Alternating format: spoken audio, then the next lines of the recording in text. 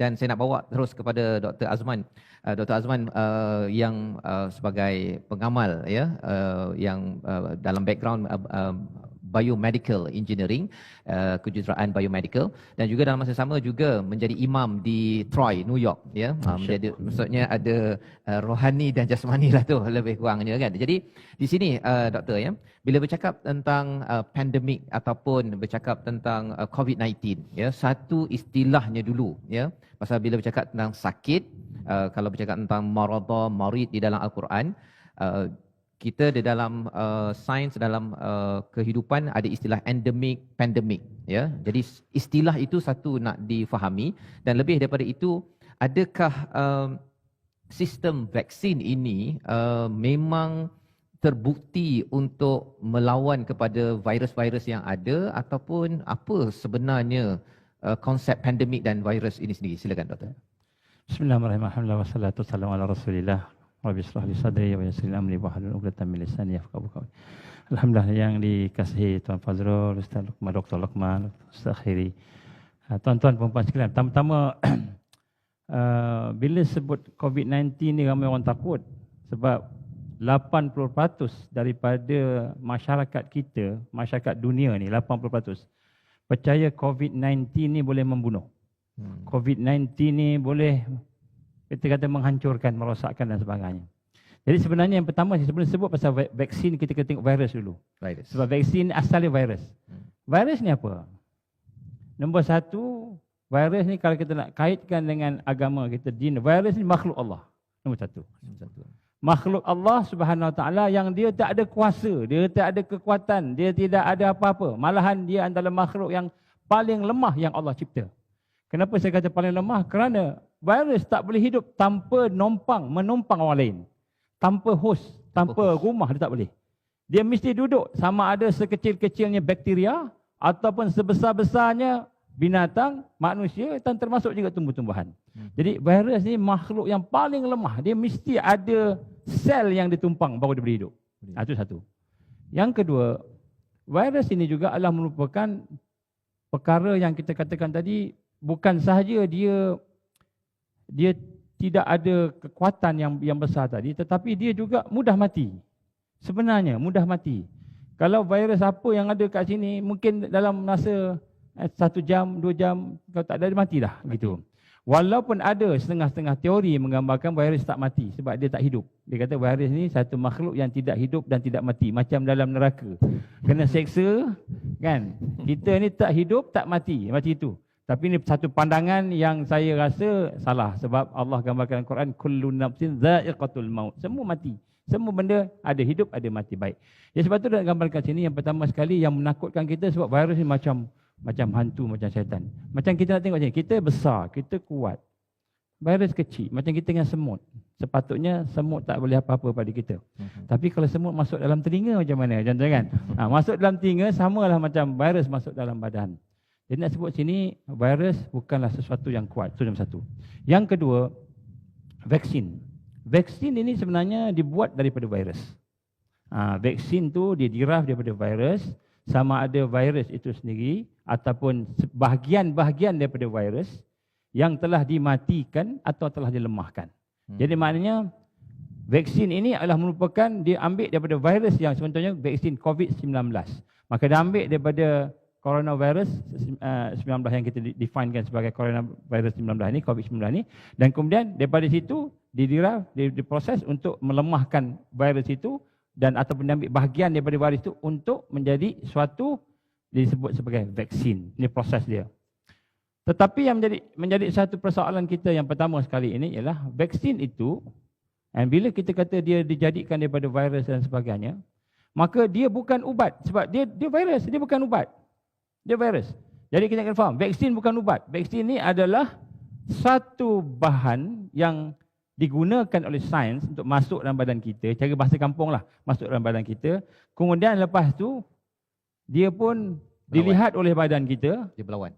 Badan kita kata, ni ada alien banyak ni. Tapi alien ni lembik je, tak ada apa-apa. Maka badan kita pun buatlah, kita kata antibody. Jadi bila badan kita tu, sistem imun kita melahirkan antibody, maka antibody tu akan pergi ke vaksin tadi, tengok rupanya vaksin dia lembik dah mati. Dia tengok ada vaksin yang hidup, virus yang hidup, carilah virus itu. Maka di situlah antibody akan mengalahkan virus. Jadi yang menyihatkan kita, yang menyembuhkan kita itu bukannya vaksin, bukannya virus yang lemah tadi, tetapi adalah antibody kita yang memang Allah SWT jadikan balik. Maka kunci di sini ialah antibody. Kunci di sini ialah imunisasi. Maknanya sistem imunisasi itu akan lahir dan melawan virus. Maka adakah vaksin satu-satunya? Tentulah tidak. Jadi sinilah kita akan pergi dengan lebih jauh. Bagaimana kita lihat, bukan vaksin sajalah yang akan merawat seseorang yang kena virus. Jadi kalau kita tunggu vaksin ni mungkin kan, yang keadaan hari ini, minta maaf saya sebut, seorang profesor daripada UMS menyatakan bahawa untuk menjadikan satu ubat itu matang dan boleh digunakan secara selamat, kurang-kurang 5 tahun, 10 tahun, 20 tahun baru boleh. Tetapi apabila dibuat dalam masa 1 tahun, berapa bulan, itu satu. Itu ada elemen lain pula yang terlibat dalam situ. Jadi terima kasih Dr. Azman berkongsi tentang apakah yang dimaksudkan dengan virus dan juga vaksin. Dalam ayat 82 tadi itu, Quran adalah syifa. Dalam masa yang sama, ada yang menanti ubat, ada yang menanti vaksin. Macam mana nak melihat keberkesanan ini agar tidaklah kita cacah merba dalam melihat solusi pandemik ini? Silakan. Sebenarnya penyakit yang pertama bukan COVID-19. Penyakit pertama ialah akidah kita yang percaya kepada makhluk lebih daripada Allah. Itu penyakit nombor satu. Sebenarnya Allah uji kita bukan hanya sekadar COVID-19, HIV, SARS, MERS dan sebagainya. Tapi bagaimana iman yang ada pada seseorang itu benar-benar boleh merasai bahawa ini ujian daripada Allah. Contoh, patutnya kita rasa gembira bila Rasul SAW menggambarkan setiap penyakit ada ubat. Ini hadis sahih. Setiap penyakit ada ubat. Maka kalau penyakit itu datang kat Malaysia, tentu ubatnya ada di Malaysia. Kenapa kita nak tengok sampai ke Amerika, sampai ke luar negara, ke China, sampai ke ubat dia siap baik.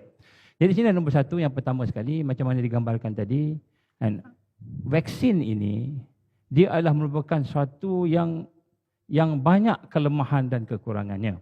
Kalau kita nak kata dia sebagai penyembuh, dia sebagai yang memberikan satu-satunya solution, penyelesaian kepada vaksin. Saya bagi satu contoh. Yang pertama sekali, dia akan hanya berkesan pada virus yang asal dia tu. Contohnya kalau dia virus COVID-19, maka dia hanya COVID-19 saja, satu virus je. Itu je, dia tak ada virus lain. Timbul virus COVID-21. Contoh kan. COVID-20 nak habis dah. COVID-21. Virus COVID-21. Tak boleh dah. Katakanlah masuk Januari besok, virus COVID-21. Maka COVID-19 dah old, dah tak boleh. Jadi kalau kita ambil, kita tunggu tiba-tiba dah sampai bulan Januari, keluar pula COVID-21. Beli lagi. Dan sebab apa saya kata? Sebab virus ni dia boleh mutate, boleh mutasi. Dia boleh berubah-ubah struktur dia. Dia masuk ke sini, dia jadi orang lain. Dia masuk ke sana, dia jadi orang lain pula. Jadi macam itu lebih kurang. Dan sebab itulah saya sebut kat sini, vaksin ni bukan satu-satunya penyelesaian. Yang kita tunggu, yang kita nanti-nantikan kerana dia adalah merupakan salah satu yang Allah izin ilmunya pergi kepada manusia. Tetapi masih terlalu jauh lagi sebenarnya teknologi yang ada untuk benar-benar menyatakan bahawa vaksin itu boleh berkesan secara 100% dari sudut kesan fizikal. Yang kedua, kita lihat contohnya tahan vaksin dalam badan kita pun berapa lama? 5 bulan, 6 bulan. Pakar-pakar vaksin kata, lebih kurang 5 bulan, 6 bulan. Jadi maknanya lepas tu nak kena ambil vaksin lain pula. Jadi ini satu benda yang kita nak nyatakan bagaimana sebenarnya ubat itu ataupun sabab untuk kita mendapatkan musabab itu bukanlah fokus kita. Fokus kita ialah musabib tadi. Macam mana Ustaz sebut tadi, Dr. Loman sebut tadi. Fokus kita ialah Allah. Allah yang menyembuhkan. Dan Allah boleh datangkan kesembuhan dari pelbagai aspek dan pelbagai cara. Macam kita sebut tadi, bagaimana vaksin ni peranan dia ialah untuk mengaktifkan sistem antibody. Supaya imunisasi sistem kita boleh melahirkan antibody. Boleh lawan virus. Jadi adakah ada cara lain? Banyak lagi cara lain. Nanti kita Maka imunisasi apa sebenarnya yang perlu disiapkan sebelum vaksin sampai, sebelum ubat sampai, sebelum doktor yang kata saya ada penyembuh kepada COVID-19 ini, doktor? Sila. Baik. Alhamdulillah. Pertama sekali ada satu konflik pada hari malam, pada petang ni lah. Pertama kita kata Allah yang menyembuhkan. Kalau Allah sembuhkan, maknanya kalau kita usaha tak usaha sama je. Kalau Allah nak sembuhkan, sembuh. Kalau kita makan ubat pun, tapi Allah tak sembuhkan, tak sembuh. Kalau kita tak makan ubat, Allah nak sembuhkan, sembuh. Apa nak usaha? Baik. Di sini satu konsep yang kadang-kadang kita terlupa.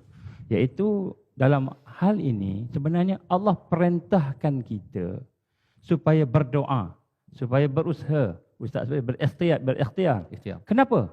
Kerana sebenarnya usaha ikhtiar tadi adalah ibadah. Itu nombor satu.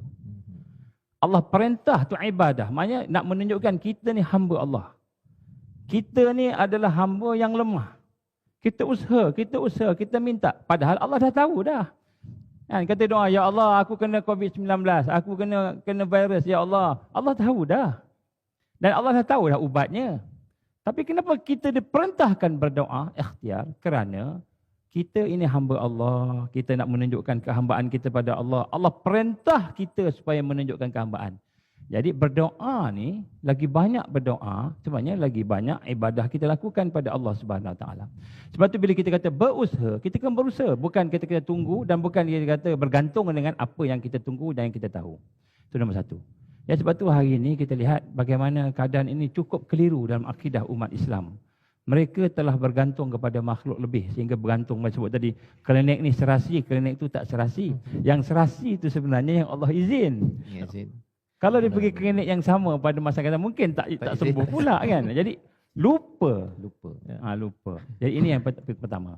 Yang kedua, digambarkan di sini sebenarnya kelemahan-kelemahan yang ada pada kita hari ini, kita bergantung sangat dengan makhluk, dengan ubat, dengan vaksin, dengan mana-mana, dengan doktor even. Kita bergantung dengan doktor. Doktor cakap kita ikut tanpa kita fikir.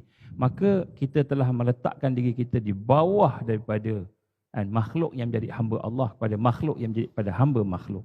Inilah perkara yang menakutkan orang yang beriman. Sebab itulah kita lihat hari ini usaha kena buat. Bukan usaha kena buat sebab itu yang menjadikan kita sihat, tapi kerana Allah perintah. Jadi untuk itu, maka kita lihat hari ini kita kena berusaha apa usaha kita baik. Kita tahu tadi kuncinya ialah Allah telah menjadikan sebab musabab tadi, kita nak kena kuatkan antibody kita. Maka apa yang kita nak buat? Senang aja. Apa yang Rasulullah buat itu semua yang terbaik. Laqad kana lakum fi Rasulillahi uswatun hasanah. Pada Rasul itu uswah yang terbaik, contoh yang terbaik. Rasul makan apa? Rasul suka minum susu kambing. Minum susu kambing, baulah ustaz. Tak apa, bau minumlah. Itu Rasulullah suka minum. Makan korma, habatus sauda. Dan dalam kajian-kajian yang dibuat oleh ulama-ulama sains, doktor-doktor yang alternatif medicine ini, dia melihat bahawa makanan sunnah ni ubat yang terbaik untuk meningkatkan imunisasi, meningkatkan antibody. Dan ini natural. Natural maksudnya tidak ada kesan pada kita. Contoh, macam virus contohnya, macam vaksin. Vaksin dia boleh kesan kalau kena salah vaksin, dia akan ada bad reaction kepada badan kita. Ini manusia punya teknologi bandingkan Allah punya teknologi. Allah punya teknologi itu natural. Dan sebab itulah kita nak lihat di sini. Contoh, saya bagi satu contoh. Ini berlaku di negeri sebelah negara kita ni, Thailand. Kan? Thailand ni telah mendapat satu pujian daripada WHO. Daripada Dr. Tedros Adhanom. Sebut pun susah nama dia. Dia kata, Thailand ni as an excellent example in fighting the coronavirus which has been ravaging the world since early this year. First is that the WHO has indicated for Thailand as a model for handling COVID, as one of the successful models to be featured in their studies, their documentaries about handling and stopping the spread of COVID. And thirdly, lastly, the most recent one is the recovery rate of Thailand, ranking best in the world according to Global COVID-19 Index or GCI. Thailand ya. Sebelah kita je. Dan rahsianya? Dia memberikan otonomi kepada Prime Minister dia untuk nak buat apa-apa. Maknanya dia orang bersetuju, Prime Minister akan handle. Macam Malaysia samalah. Lebih kurang Prime Minister kan. Baik. Jadi Prime Minister pula, walaupun orang kata dia orang tentera, tapi dia berpegang kepada satu iaitu fakta. Maknanya apa sahaja keputusan yang dibuat mesti berdasarkan fakta, bukan teori. Jadi beza, teori, hipotesis, fakta. Jadi ini tiga ni benda yang kadang-kadang kita keliru. Mana satu? Jadi dalam sains ni, banyak orang cerita pasal teori. Banyak orang cerita pasal hipotesis. Dan tak banyak orang cerita pasal fakta. Fakta ni kebenaran. Jadi sebab tu antara teori dengan hipotesis, mana satu kita nak ambil? Kita kena ambil fakta, al-haq, kebenaran. Apa faktanya? Jadi apabila dia memberikan tugas ini, Prime Minister beri tugas pada seorang doktor yang terberkecuali daripada semua agensi, tidak ada kepentingan, dia buat research dan dia buat tim dia, maka dia telah menyatakan fakta-fakta yang sebenar yang diambil daripada ribuan doktor-doktor antarabangsa yang mengatakan bahawa pandemik ini hanyalah merupakan satu flu biasa sahaja. Mereka telah menubuhkan satu pasukan untuk menyelesaikan masalah pandemik, bukan mengurus pandemik. Kita di Malaysia ni, ni minta maaf sebut Malaysia ni. Thailand menubuhkan bukan saja pasukan macam kita hari ini, okey, frontliner ke sana, frontliner ke sini, kita mengurus pandemik. Tetapi Thailand mengumpulkan satu pasukan menyelesaikan masalah pandemik. Dan penyelesaian tu tak perlu tunggu daripada orang barat, orang mata biru. Tak perlu tunggu daripada orang timur, daripada China. Tak perlu tunggu, kita sendiri. Dan saya yakin kita ramai doktor-doktor, ramai profesor, ramai pakar-pakar yang boleh menyelesaikan masalah virus COVID-19. Tapi kita tak guna dan manfaat. Saya ingat lagi masa zaman-zaman kita belajar dulu, kan ramai kawan-kawan kita excellent dalam medical, excellent dalam research biomedical dan sebagainya. Di mana mereka? Kenapa kita tak gunakan tenaga-tenaga ni? Kita ada kumpulan pakar banyak. Baik. Jadi Thailand memanfaatkan pakar-pakar mereka, maka mereka mengkaji sehingga keluar dalam Menteri Kesihatan dia mengeluarkan statement. Menteri Kesihatan ni kata apa? Menteri Kesihatan ni kata, kita telah mendapati bahawa pohon-pohon sekian, ubat-ubat sekian yang ada di bumi kita, tumbuh-tumbuhan yang ada di bumi kita, herba ni boleh digunakan untuk merawat pandemik COVID-19. Maka mereka menggunakan.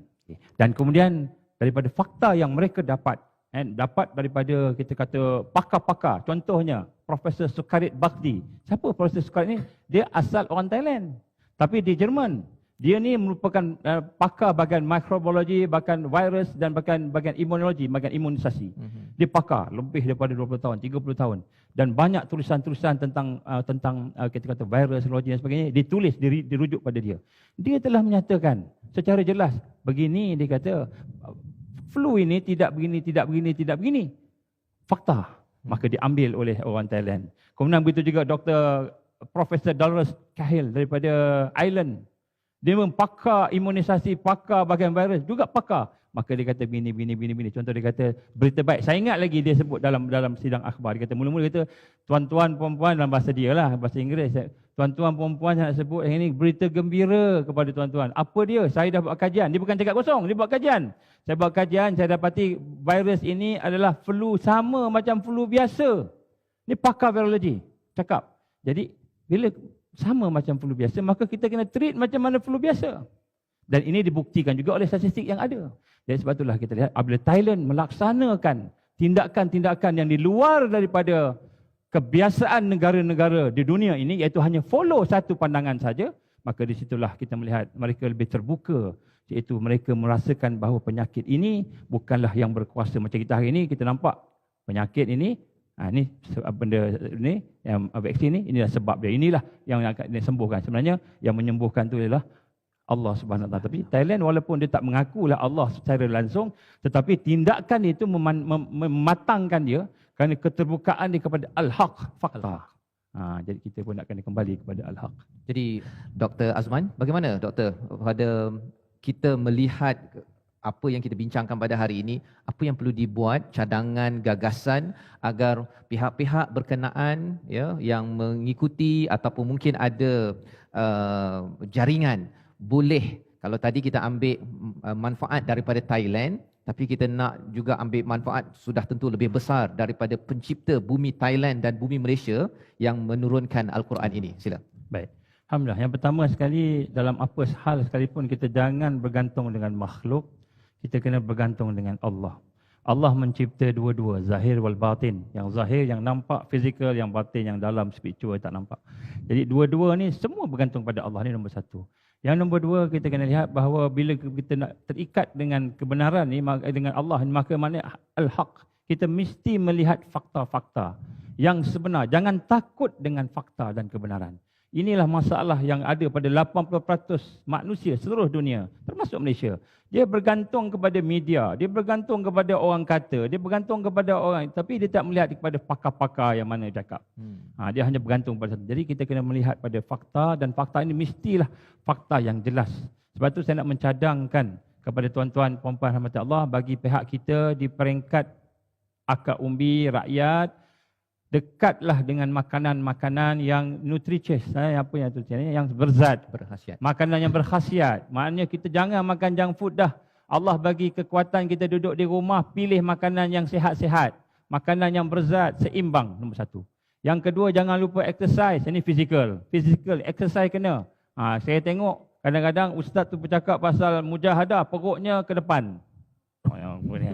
Ustaz kata apa? Dia kata macam mana nak perut ke belakang sebab lepas ceramah kambing. Jadi jangan jadi alasan. Exercise. Dan ketiga, kita hendaklah menjaga hubungan kita sama-sama dengan sahabat-sahabat kita supaya hubungan sahabat itu hubungan yang sihat. Itu. Baik, kemudian yang keempat saya nak minta kepada kepimpinan Malaysia terutamanya. Panjang, banyak saya nak sebut. Tapi hari ini seminit dua nak sebut.